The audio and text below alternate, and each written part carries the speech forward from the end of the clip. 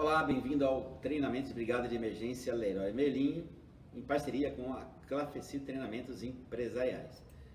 Meu nome é Claudinei, tenente do Corpo de Bombeiros de São Paulo, oficial da reserva. Nesse capítulo desta videoaula, vamos tratar sobre abandono de edificações. Aquilo que está previsto na Instrução Técnica 16 do Corpo de Bombeiros, chamada Gerenciamento de Riscos de Incêndio. Isso é importante para planejamento e execução do plano de abandono de edificação, tanto nos exercícios simulados quanto numa situação real, com o objetivo de salvar vidas humanas, diminuir a perda patrimonial e sempre pensando no meio ambiente. Nossa finalidade é padronizar a atuação da brigada na execução do plano de abandono e teremos os seguintes objetivos: indicar as rotinas administrativas para a execução periódica do abandono. Vamos levar em conta a legislação do Estado de São Paulo. Cada estado possui algo semelhante. O que muda em geral, como eu já citei, são as nomenclaturas ou a periodicidade em que os exercícios são executados.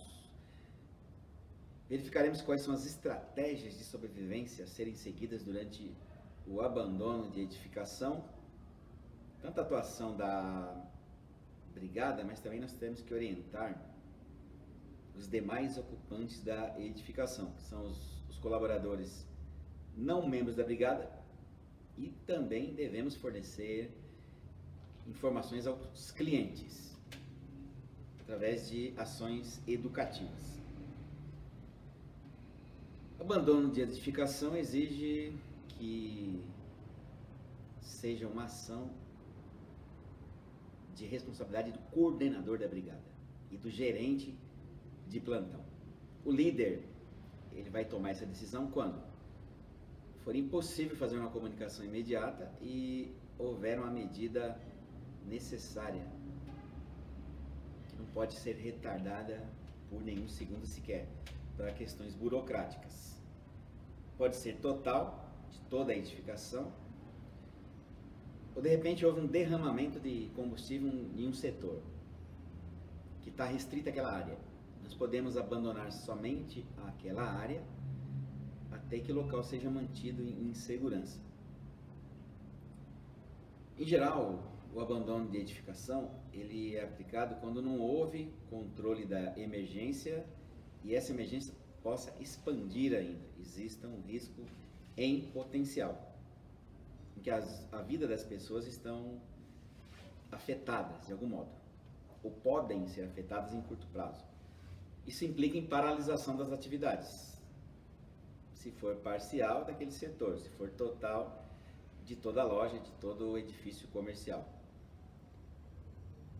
É uma situação que pode gerar pânico, se não houver uma boa preparação. Mesmo os não colaboradores da brigada, se não souberem que se trata, por exemplo, de um exercício simulado, não tiverem boa orientação, poderão entrar em pânico, assim como os clientes, se forem pegos de surpresa. Então existe toda uma regra, um regramento para se executar tanto os exercícios simulados, quanto também na situação real. Vamos discutir e aprimorar a partir desse treinamento.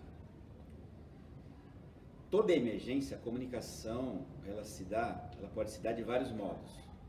No plano de emergência está previsto um ramal de emergência para comunicações dentro da loja. Lógico que isso é uma estratégia de cada loja, de cada edificação. Se eu tiver rádio com todos os colaboradores, melhor ainda, pode ser feito via WhatsApp, mas existem os sistemas de detecção e alarme. Um detector de fumaça é acionado e uma central de alarme recebe esse sinal e está monitorada 24 horas. Por isso que central de alarmes deve estar em local onde há um funcionário 24 horas. Querendo ou não, ele faz parte da brigada de emergência local.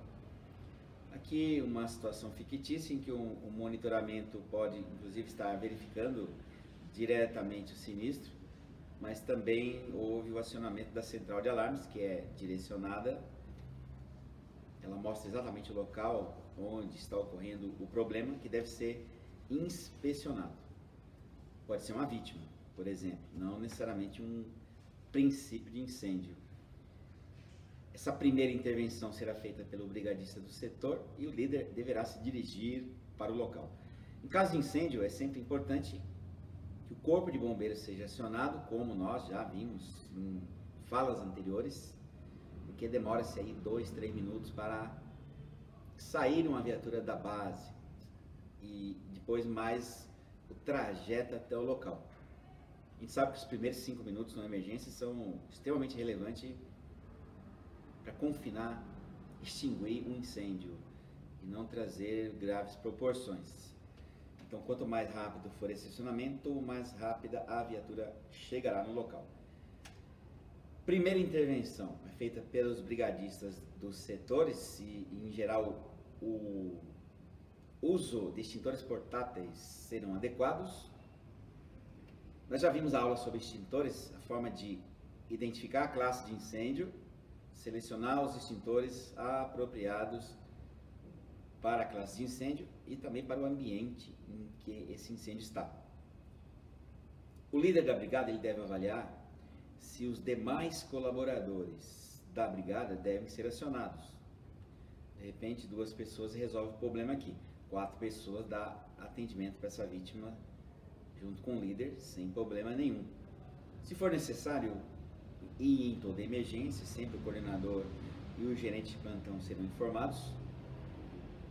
A brigada vai se reunir no ponto de encontro da brigada. Eles não devem se deslocar para o local da emergência. Muitas vezes serão feitas ações, por exemplo, de abandono de edificação. Então eles se reúnem, recebem dos líderes as ordens para serem executadas, as funções de cada um, de forma rápida, obviamente, e aí partem para a execução. Mesmo porque no ponto de encontro da brigada devem estar os equipamentos de proteção individual e os equipamentos de identificação de brigadistas, em especial na loja, os capacetes. Nós já vimos que, para não gerar pânico, especialmente em incêndio, devemos utilizar codificações, se tiver que fazer um aviso por um sistema de alto-falante. Atenção, colaboradores, código bravo no setor de madeiras. Repito, colaboradores, código bravo no setor de madeiras. Reunião no ponto de encontro.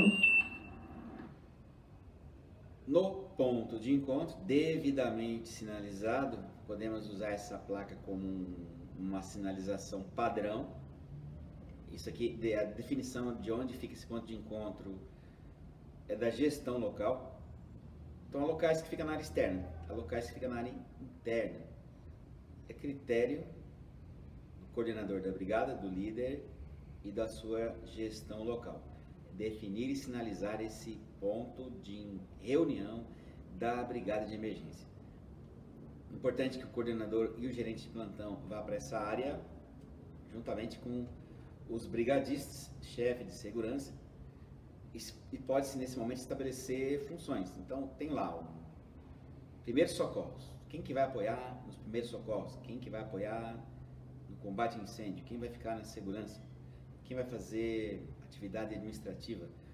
Embora essas funções podem ser previamente determinadas no organograma da brigada. Isso quando se tem um efetivo grande da brigada, é possível distribuir essas funções no turno. Uma vez controlada a situação, exemplo de um princípio de incêndio, se o corpo de bombeiros foi acionado, ele deve ser informado que está extinto e que se é critério do comandante da guarnição, assim o nome dado para a equipe de bombeiros, comparecer no local. Critério dele, ir ou não. Mas isso influencia no quê? Essa viatura estava deslocando em código 3, que você vai ter uma viatura com uma equipe expondo pessoas na rua a risco, porque isso é uma realidade, a própria vida deles em risco, equipamentos para chegar o mais rápido possível. Sirene, highlight ligado, código 3, se infringe inclusive algumas regras de trânsito e se tem prioridade de trânsito por parte dos outros ocupantes da via. Uma vez que ele sabe que o incêndio foi controlado, ele pode reduzir esse nível de deslocamento. Pode ir mais devagar, com mais cuidado, embora o nosso condutor de veículo de urgência extremamente capacitado para essas missões. Faz-se o isolamento da área, rescaldo, retirada de todo o material queimado, resfriamento, inspeciona o local, se houver segurança, retorna para as atividades. Se a vítima foi removida, está encerrada a ocorrência. Isso em situação sob controle, muito bem. Muitas vezes perde-se o controle sobre o princípio de incêndio, mesmo utilizando extintores ou a rede de hidrante.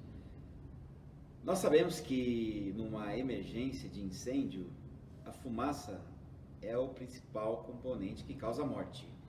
Já citei em treinamento anterior, mas vale a pena reforçar. 2 gases são mortais: monóxido de carbono, que tem afinidade pela hemoglobina, que é o componente do sangue que transporta oxigênio para as células, remove o gás carbônico do corpo. O monóxido de carbono, ele vai envenenar o sangue, só sai com transfusão de sangue, morte da célula daqui a 40 dias, ou submissão a um tratamento de câmara hiperbárica, oxigenoterapia sob pressão, dentro de uma câmara, para competir com o monóxido de carbono.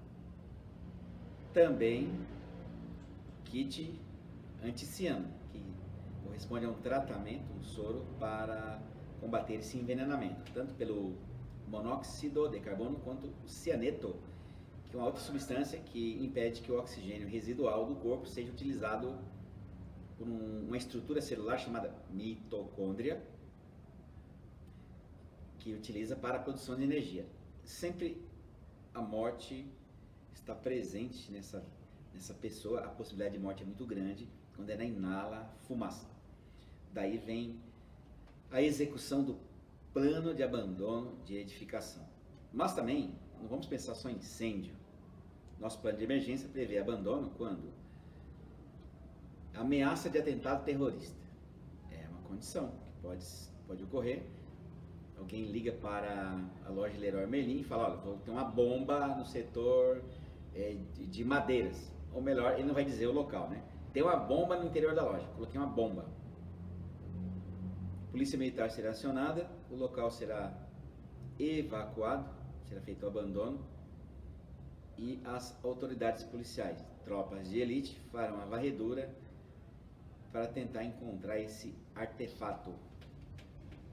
Vai ser necessária a presença aí da nossa gestão de segurança, montar o sistema de comando de operações de emergências, ou SCI, Sistema de Comando de Incidentes, para gerenciar esse atendimento. O plano de abandono, ele está previsto no plano de emergência, está incorporado. Pela legislação, deve ser feito um exercício pelo menos uma vez por ano, embora nós consideramos que deva ser feito com mais periodicidade, envolvendo todos os colaboradores. E vai chegar um momento que vai ter que ser feito com a loja aberta, envolvendo os clientes, para maior fidelidade do plano. Prevê a retirada das pessoas da área sinistrada para uma área segura, seguindo algumas normas de segurança. Só que boa parte do plano de emergência contempla sistemas de proteção passiva existentes na edificação, que devem estar devidamente instalados, facilitando a retirada das pessoas para fora. Extremamente importante a sinalização de emergência, esse monte de placa distribuída pela edificação, uma característica de ser fotoluminescente, brilhar no escuro, já que no caso de incêndio, uma das primeiras ações de segurança será desligar a rede elétrica da edificação. Isso é importante tanto para os extintores, que os equipamentos elétricos estejam desligados, quanto para o uso da rede de hidrante, que nós já tratamos em outra videoaula, que é o primeiro fundamento. A rede elétrica deve estar desligada para utilizar uma rede de hidrante para combate a incêndio. Instalação e funcionamento da iluminação de emergência nos locais previstos nas normas, instruções técnicas, com capacidade suficiente para manter aquele local iluminado. Em geral, nas saídas de emergência, escadas de emergência, corredores, portas corta-fogo.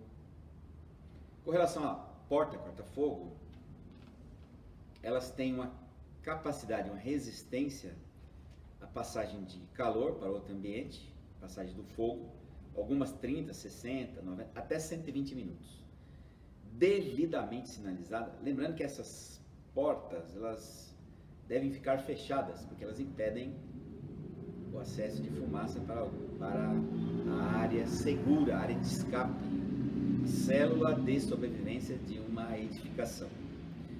Jamais podem ficar trancadas com correntes, como é esse exemplo aqui, ó. Fechada é uma coisa, trancada é outra. Algumas podem possuir botoeira elétrica, por questões de segurança muitas vezes patrimonial, para evitar que alguém adentre aquele espaço. Na parte interna pode ter uma botoeira para acionamento automático e abertura no sentido da fuga preferencialmente, sempre. O sentido da fuga é a sua prioridade. Uma barra antipânico, bateu, ela abre, destrava e vai dar acesso para uma área segura. Aqui nós temos uma escada externa no prédio. Quando é escada interna, nós veremos que ela pode ser pressurizada para evitar a entrada de fumaça, com a devida sinalização. Vamos lembrar que escadas que estão em andares como subsolo, elas sobem até o térreo. Dali as pessoas são levadas para o ponto de encontro do abandono. Enquanto que escadas acima de um prédio elevado, acima do térreo, então do 8º ao 1º andar, vai descer também no térreo, mas essas escadas nunca se encontram, evitando, por exemplo, que alguém do subsolo suba até o 9º andar e vice-versa. Aqui nós temos uma área demarcada para pessoas com deficiência física ou uma mobilidade reduzida. Vamos falar em particular sobre o abandono dessas pessoas, as regras para abandono. Escadas de emergência. Aqui nós temos um prédio vertical, são células de sobrevivência. Uma vez que as pessoas estão aqui, elas estão vivas. Não há como o sinistro se expandir para essa área, desde que sigam as normas elementares. Então a porta corta-fogo não pode ficar aberta, para não entrar fumaça nesse pavimento. As pessoas serão retiradas daqui pelas escadas internamente. O ideal é que se utilize a parte do corrimão da escada. Então, se eu estou descendo, geralmente lado direito, porque se tem mais segurança, enquanto que o lado esquerdo permanece livre, a menos que seja necessária fazer 2 filas para a descida. Se houver muitas pessoas descendo ao mesmo tempo na escada, não é possível criar apenas uma fila, então vai ter que criar 2, vai ter maior fluxo, maior saída de gente dos andares que podem ser afetados. Mas em geral elas são dimensionadas para uma fila suficiente para descer todos os ocupantes da edificação. E elas podem ser pressurizadas. Veja que aqui existe uma tomada de ar por um equipamento que vai injetar ar fresco sob pressão. Isso empurra a fumaça para o andar, impedindo que ela tome essa célula de sobrevivência. É elementar, uma regra elementar, que jamais se use elevadores em caso de incêndio. Serão trazidos para o térreo, as portas permanecerão abertas e o elevador não mais será utilizado para nada. Ah, mas o bombeiro vai usar elevador? Não vai, o bombeiro vai subir pelas escadas. Existem alguns elevadores que podem ser usados em caso de incêndio. São chamados elevadores de segurança. Vamos encontrar muitos deles em hospitais.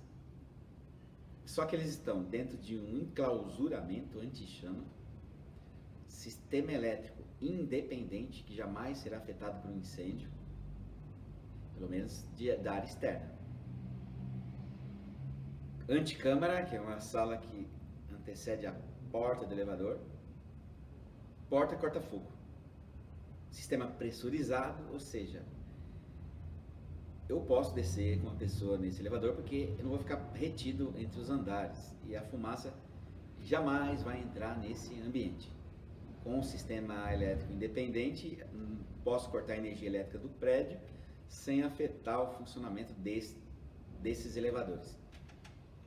Então, se você trabalha num condomínio em que tem elevador de segurança, certamente você estará informado sobre as regras de abandono da edificação. Um dos efeitos da fumaça é a convecção, que nós já vimos, que tem, por ser mais leve que o ar, acaba afetando andares superiores, poderia adentrar os fossos de elevadores, atingindo pessoas presas entre pavimentos, porque houve desligamento da rede elétrica. Sendo necessário o abandono da edificação, é preciso um alerta. Então nós vamos ter sempre uma sirene tocando continuamente e podemos associar isso ao sistema de alto-falante continuamente informando a emergência. Também uma mensagem que não cause pânico, mas que alerte as pessoas sobre a necessidade da evacuação daquela área. Atenção, senhores clientes e colaboradores. Esta é uma situação de emergência. Dirijam-se para a saída de emergência mais próxima. Sigam as orientações da Brigada de Emergência. Atenção, senhores clientes e colaboradores. Esta é Então nós temos aí a possibilidade de manter uma comunicação dessa constante com a ação da Brigada de Emergência,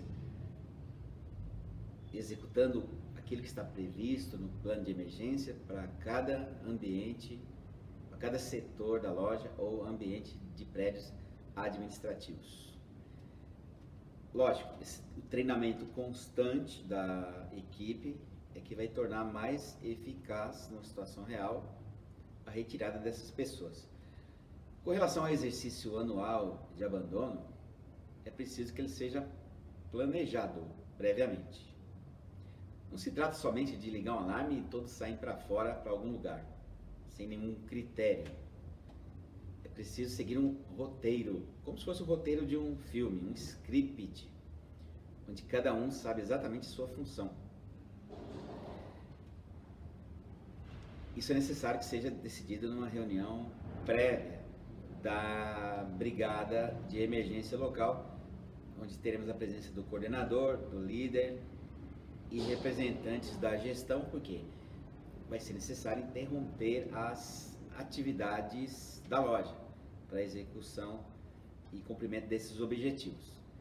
Deve-se revisar esse plano de emergência para ver se todas as ações são possíveis de serem executadas, destacar quais são os objetivos esperados, os pontos que devem ser explanados, a participação de cada brigadista na execução, e estabelecer um tempo de execução, senão ele não tem fim. Vai durar meia hora, 40 minutos. O que podemos fazer é estabelecer checklist. E nesse checklist já ter a ação de cada um. Verificar quais são as simulações de incêndio e de vítimas, quem vai executar o quê, quem vai dar as informações. Eu tenho aqui um checklist que ficaria a cargo da assessoria de comunicação do coordenador e gerente de plantão. E à medida em que forem executadas as ações, vão se anotando os horários de execução. Sempre com a ideia de que no próximo exercício nós vamos melhorar esse tempo, que o tempo é fundamental no salvamento de vidas nessas situações. Só algum destaque aqui. A hora que foi notificado o evento pelo Jaime, a hora que o líder inspecionou o local, líder Leandro, a hora que a brigada foi acionada e se reuniu, que o corpo de bombeiros foi acionado e chegou. Ou seja, eu tenho um script a ser executado, nominal, tal pessoa vai executar tal ação. Para que numa ocorrência real, eu tenha uma preparação prévia. Outro checklist importante nessa preparação e também na prática é um checklist que vai ficar a cargo do setor de logística, ou melhor, do assessor de logística, para anotação de recursos humanos e recursos materiais empregados durante a emergência. Exemplo aqui de recursos humanos. Quantos brigadistas foram empregados? 13. Todos do turno A. 23 bombeiros distribuídos em 3 viaturas. Cada viatura dessa tem um prefixo, um encarregado, o nome dele, geralmente o nome de guerra, e o RE, registro funcional dele. Veio ambulâncias? Bom, veio uma ambulância com 3 socorristas, uma viatura da PM com 3 policiais, uma viatura da Guarda Civil com 3 guardas civis. Vítimas: qual o nome completo dela, o RG, endereço completo e o telefone de contato. Qual o destino hospitalar? Hospital X. Doutor, nome dele e o CRM, Conselho Regional de Medicina, sua inscrição. E outras anotações de caráter de recursos humanos que foram empregados nesta emergência. Importante controle de recursos materiais para saber quantos extintores portáteis foram empregados, quais os tipos de extintores empregados, se foram utilizados carretas extintoras, quantos chuveiros automáticos foram acionados e qual consumo aproximado de água.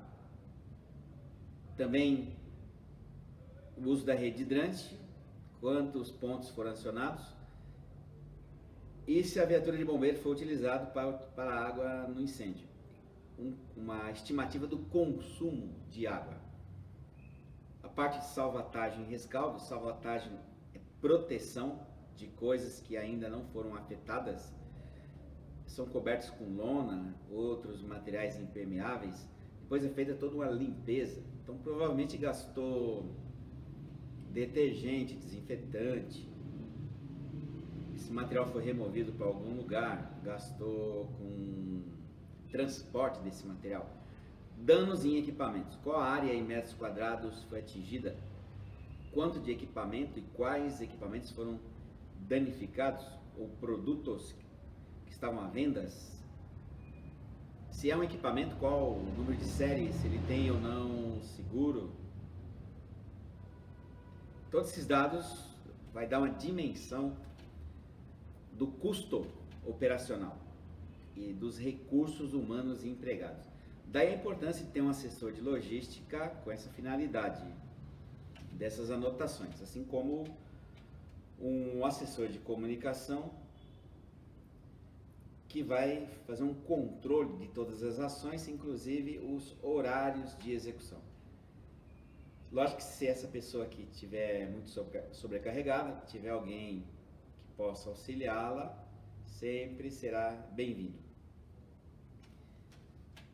Nós vimos aí algumas ações importantes que antecedem ao exercício do abandono de edificação. Nós vamos fazer uma interrupção por aqui e logo na próxima aula veremos a parte operacional da execução do abandono de edificação.